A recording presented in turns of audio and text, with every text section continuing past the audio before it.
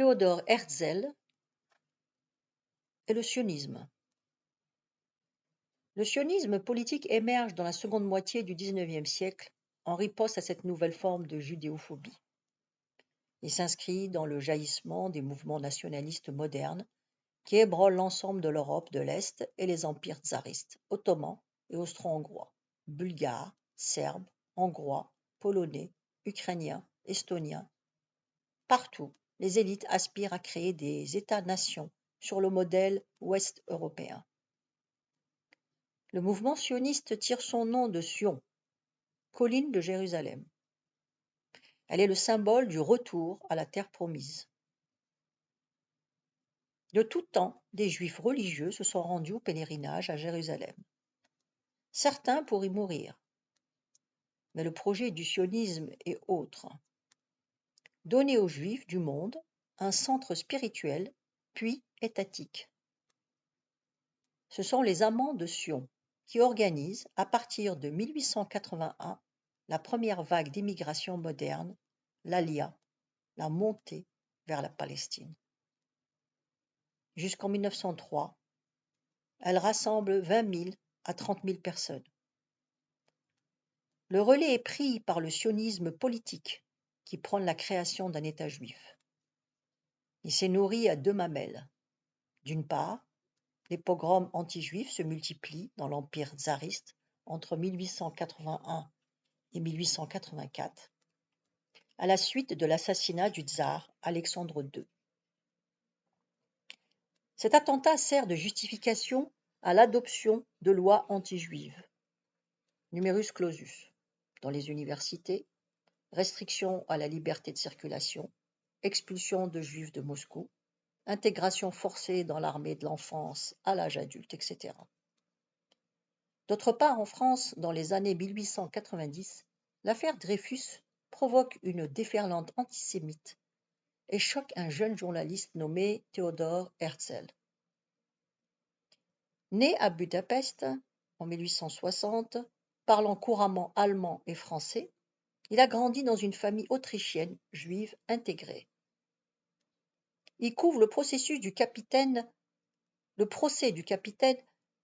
comme correspondant du quotidien autrichien Neue Freie Presse. Bouleversé par l'antisémitisme persistant dans la République, il publie en 1896 L'État des Juifs.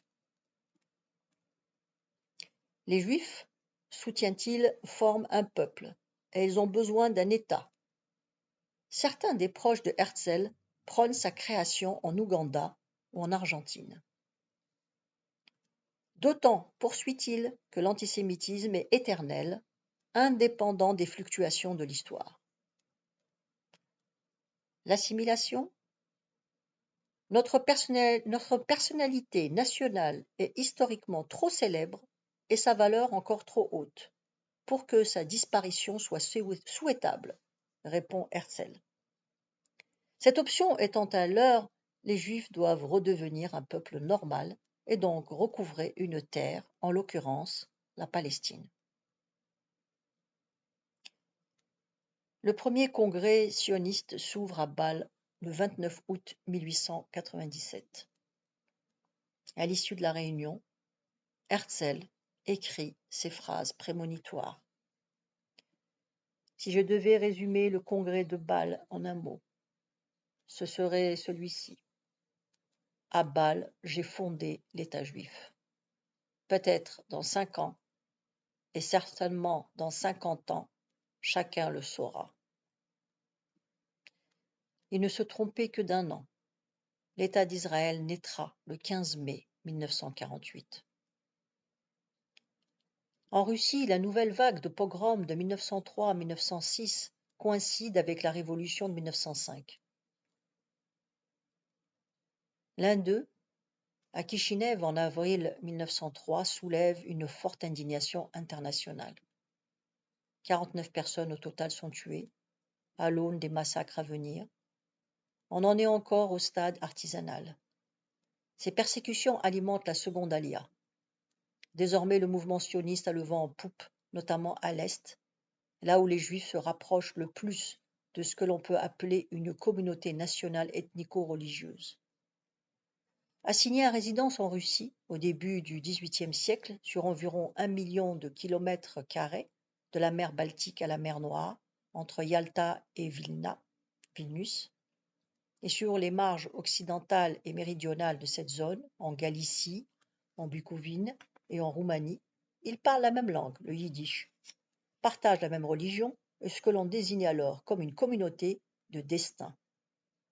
Après la fin de la Première Guerre mondiale, ils se trouvent répartis entre différents États-nations en voie de construction, Pologne, Roumanie, États baltes, etc. Une nationalité, comme les autres, s'interroge alors l'historien Pierre Vidal-Naquet. Sa dimension transétatique l'a protégé des avantages et des inconvénients des structures de l'État national, répond-il. La création à l'Est d'États-nations qui les excluent, ainsi que les tziganes, confirme le fait que les Juifs se trouvent à la fois dans les nations et hors des nations.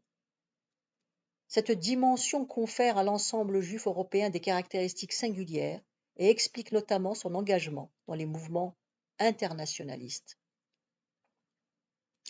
Car le sionisme n'a été que l'une des réponses possibles, longtemps très minoritaire à la question juive.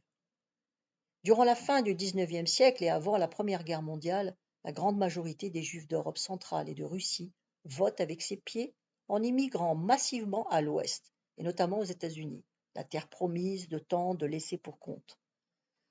D'autres nombreux font le pari de l'intégration. À partir de 1880 et malgré l'antisémitisme, le nombre de mariages mixtes chez les Juifs allemands ne cesse d'augmenter. Entre 1901 et 1929, la proportion passe de 16,9 à 59%. En France aussi, cette assimilation s'accélère. La participation active des Juifs aux mouvements révolutionnaires transnationaux, notamment socialistes et communistes, qui prônent la fraternité universelle, peut être considérée comme une autre de leurs répliques aux discriminations dont ils sont l'objet. Quant aux religieux, ils rejettent pour la plupart le sionisme. L'État juif ne peut renaître et le temple ne peut être relevé qu'avec la venue du Messie.